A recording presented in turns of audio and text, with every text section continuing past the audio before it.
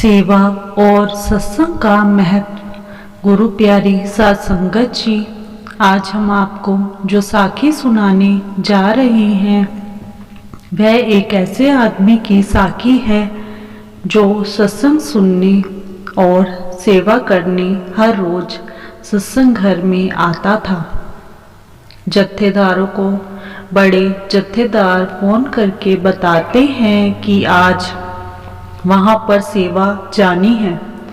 आप अपने ग्रुप के सेवादारों को फोन करके कह दें कि वह सेवा में ब्यास जाएं या दिल्ली, जयपुर, सरसावा, सिकंदरपुर जाएं। कई सेवादार तो महीने में 2 बार भी सेवा पर चले जाते हैं और कोई सेवादार तो कभी भी सेवा पर नहीं जाते और कोई 5-6 महीने में एक बार चला जाता है। एक जत्थेदार ने एक सेवादार को फोन करके सेवा पर जाने के लिए कुछ कह दिया कि भाई साहब, सेवा ली है तो सेवा पर तो जाना ही पड़ेगा। वह सेवादार कभी सेवा पर नहीं जाता था, जिसके कारण वह नाराज हो गया। तो उसने सत्संग घर में आना और सेवा करना ही छोड़ दिया था। सेक्रेटरी साहब ने एक दिन जत्थेदार से पूछा कि वह सेवादार अब काफी दिनों से दिखाई नहीं दे रहा, ठीक तो है? सेवा में आने वाले सेवादारों का यह एक परिवार बन जाता है।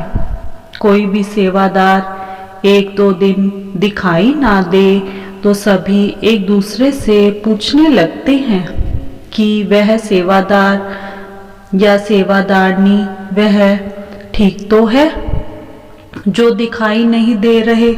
सत्संग घर से जत्थेदार ने उसको कई बार फोन करके समझाया, लेकिन वह सत्संग घर में नहीं आया और उसने अब जत्थेदार का फोन उठाना भी बंद कर दिया। एक दिन उसे समझाने के लिए सत्संग घर से सेक्रेटरी साहब ने एक बुजुर्ग सेवादार आदमी को उसका पता लगाने के लिए उसके घर भेजा। उस बुजुर्ग ने क्या किया, सुनिए इस प्यारी सी साखी में। एक आदमी था, वह बिना नागा सत्संग घर में आता था।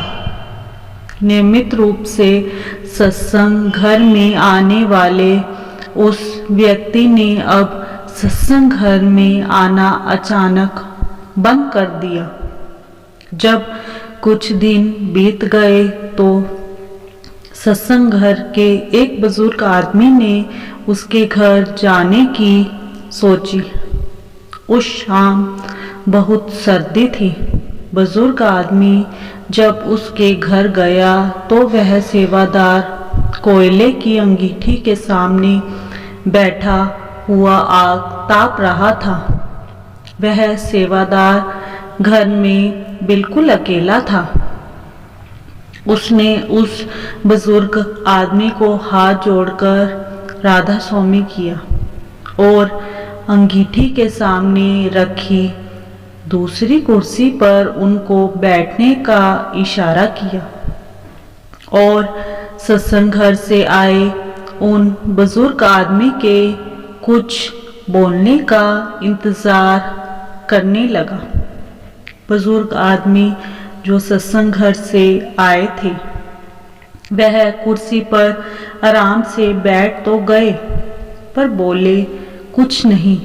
कुछ देर बाद उस बुजुर्ग आदमी ने वहां अंगीठी के पास पड़ा एक चिमटा उठाया और बड़ी सावधानी से एक बड़ा सा लकड़ी का कोयला जो लाल लाल दहकता चमकता अंगारा अंगीठी में से निकालकर उसको एक तरफ रख दिया। इसके बाद वह बुजुर्ग आदमी फिर कुर्सी पर आराम से बैठ गया लेकिन बोला कुछ नहीं। वह सेवादार यह सब देखता रहा। थोड़ी देर के बाद उस अकेले अंगारे की चमक दमक धीरे धीरे कम होती चली गई और जल्दी ही वह बुझा बुझा सा दिखाई देने लगा। उस बुजुर्ग आदमी के आने के बाद से ही हाथ जोड़कर राधा स्वामी अभिवादन के अलावा किसी ने एक शब्द भी नहीं बोला था। थोड़ी देर के बाद उस बुजुर्ग आदमी ने चलने से पहले वह ठंडा ठंडा और बुझा हुआ कोयला चिमटे से उठाया और वापस आग में फेंक दिया, जिससे वह तुरंत ही आसपास के जलते कोयलों के कारण आग की गर्मी से दोबारा चमकने दमकने लगा। बुजुर्ग आदमी चलने के लिए जैसे ही उठा तो वह मेजबान व्यक्ति बोला, राधा स्वामी भाई साहब, आपके आने का बहुत बहुत धन्यवाद। विशेष रूप से आप बोले तो कुछ नहीं, पर बिना बोले ही आपने इस अंगीठी से एक अंगारे को निकालकर जो उपदेश मुझे दिया, उसके लिए मैं आपका जीवन भर आभारी रहूंगा। मैं अब आगे से हर सप्ताह सत्संग घर में जरूर आऊंगा, कभी सत्संग मिस नहीं करूंगा। गुरु की संगत और राधा स्वामी परिवार से हमेशा जुड़ा रहूंगा। आज आपने इस कोयले को अलग करके जो सीख मुझे दी कि सतगुरु की संगत के बिना और बिना सत्संग के हमारा क्या हाल होता है, जैसे आग में से निकाले गए कोयले का हाल हुआ, वैसा ही हाल हमारा भी है। सेवा में आने से कोई काम नहीं रुकता, बल्कि सेवा करके घर जाकर हम अपना घर का काम भी जल्दी जल्दी कर लेते हैं। यह सब अपने बाबा जी की दया मेर से ही होता है। सेवादार कहते हैं, अगर हम एक दिन भी सत्संग घर ना जाएं तो मन उस कोयले की तरह बुझा बुझा सा रहता है। मनुष्य जीवन का सार केवल गुरु भक्ति है और भक्ति का मूल आधार सत्संग है। सत्संग सर्वोच्च चेतना प्रदान करता है। सत्संग जीवन को देखने का सही दृष्टिकोण प्रदान करता है। सत्संग ही मानव जीवन को सर्वोत्तम नींव प्रदान करता है।